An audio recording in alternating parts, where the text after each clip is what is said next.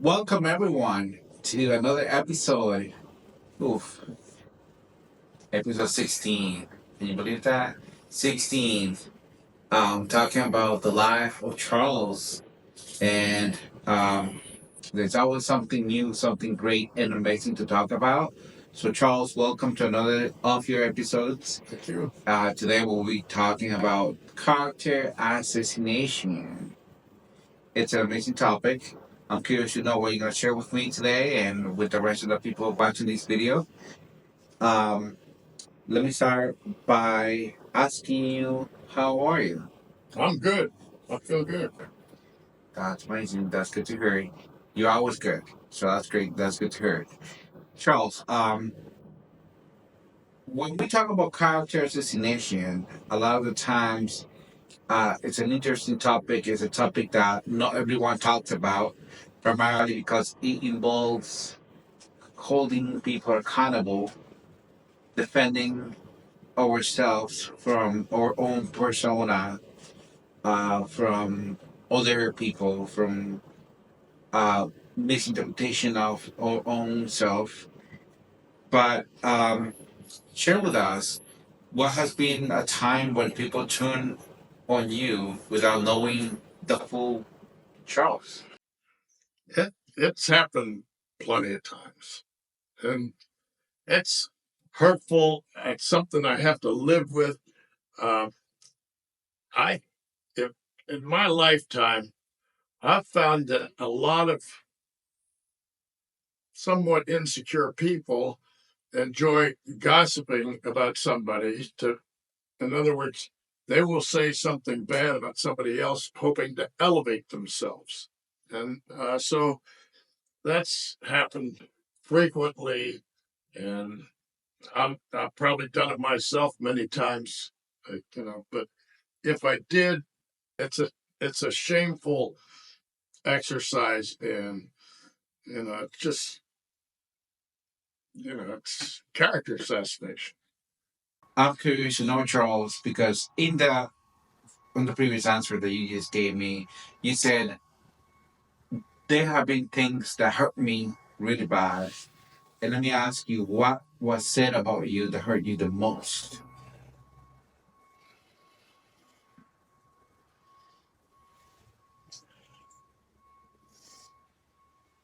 I I can remember numerous things that hurt me, but perhaps the thing that really really hurt me was when my son was growing up. When he was 6 years old, my wife and I weren't getting along, and I was a soccer coach, and my son was the best player on the team because we lived 200 yards from the soccer field, and we had practices once or twice a week, and I would be down there practicing with him. I'd be, you know, of course, he got special attention because I was, I was a father, and he was the best player on the team. His father was the coach. That's me.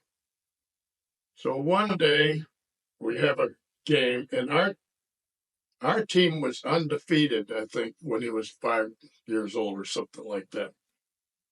And then we had one. Then I had assistant coach, and one Saturday morning it's raining, and so and I think my wife and I are not living together at this point, and so I call the coach up, the assistant coach up, and then I call her. I said, I'm canceling the practice. It's raining.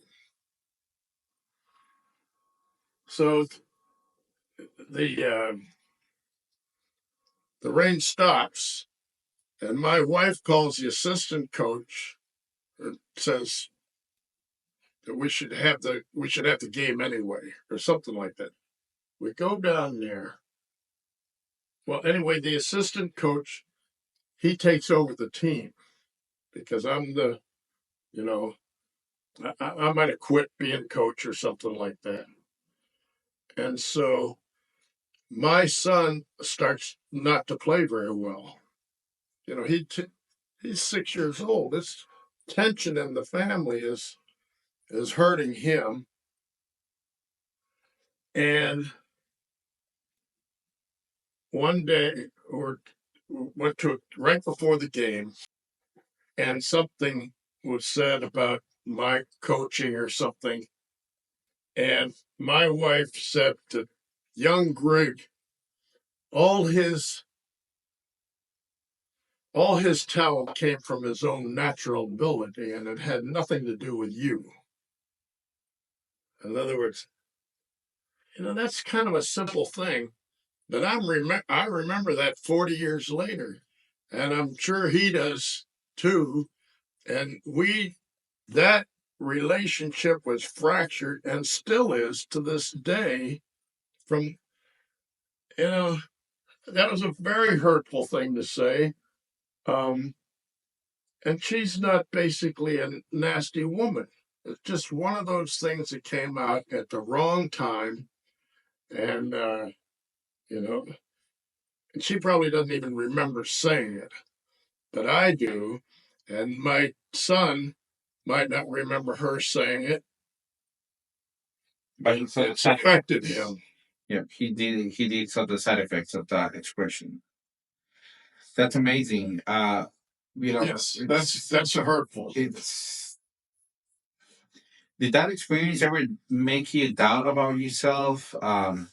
Even though you knew that you were doing the right thing? Well, sure. Yeah, I had a whole lot of doubts. I mean, I was I was embarrassed in front of the other students' parents, other soccer players. And by the way, my son didn't even make the team the next year. He was the star of the team, and he was no good at all. Is there anything that you think that you could have done better to avoid that from happening? Like, Oh yeah, there's all kinds of things I could do better, but I was an irresponsible husband, irresponsible father. That's all in the previous episodes. And yeah, one thing leads to another, and there's no way to, it's very difficult to stop something that's going downhill. so how do you think this whole situation that you're describing, being a bad parent, being Well, responsible, how do you think that became the whole feeling of character assassination on your well, you know, I can't change what I've done, which is a lot of it's wrong. The only thing I can do is do something right now, and so if I can, I think a lot of it's communication. in terms of you and people talking and people misjudging you, because I feel that you're telling me this is my biggest the thing that hurts me the most, but in a way you're kind of like accepting that you were responsible, that you were the cause, and so there was no one basically misjudging you, there was no one basically talking bad about you, because in a way you're saying I did it was my fault. So what is an experience where people are taking you differently, where people are basically talking, tuning on you without really knowing you? Well, I hate to say it, I think it's ignorance.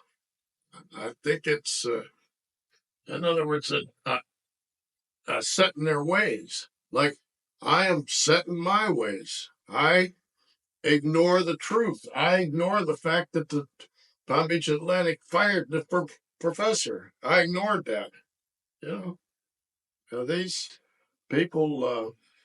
I understand Dreyfus School, questioning things, but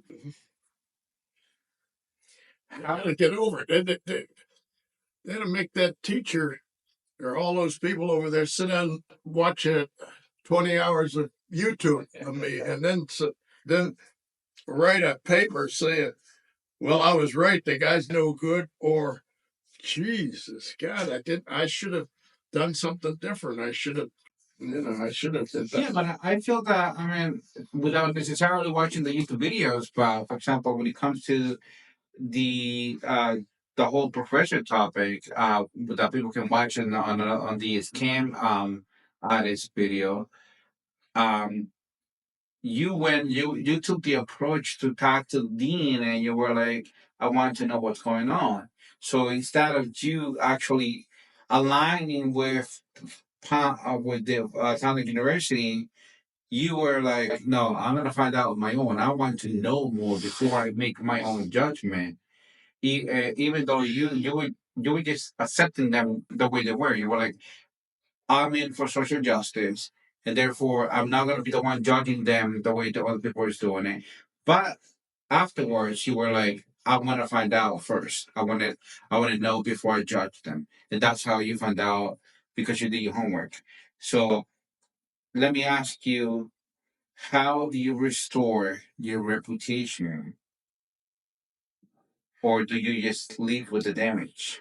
Can't change somebody's mind if it's already made up. You can let the facts out on the table, and they can either believe them or not.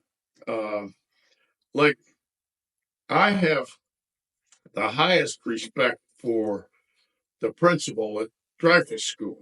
You know, she is enthusiastic. She's got amazing kids, amazing spirit, amazing respect of everybody.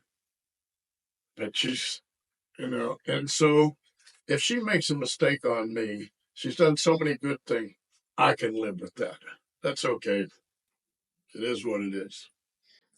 What do you think is the best way to respond to criticism? With truth, with action, or with time? I think action. I think letting something fester, you know, it gets you know, lots of times a problem can be solved if it's confronted. Charles, what advice would you give someone facing public shame or betrayal? I'd say, if that's I would ask myself first, do I deserve it? And if I do deserve the criticism, or if I did do something wrong, I would come clean. I would say, yeah, I did it. It's my fault. And if it's a false accusation, I'd say, no, I didn't do it. But the biggest challenge for me would be not to become angry over, you how dare you accuse me of doing this and that, or how, you must be insane, or you must be something. Well, better that I say, well, based on the information you have, you know, which is, I can tell you, is unreliable, but When you talk about people diminishing yourself or your persona, do you feel that your true character will outlive you from those rumors?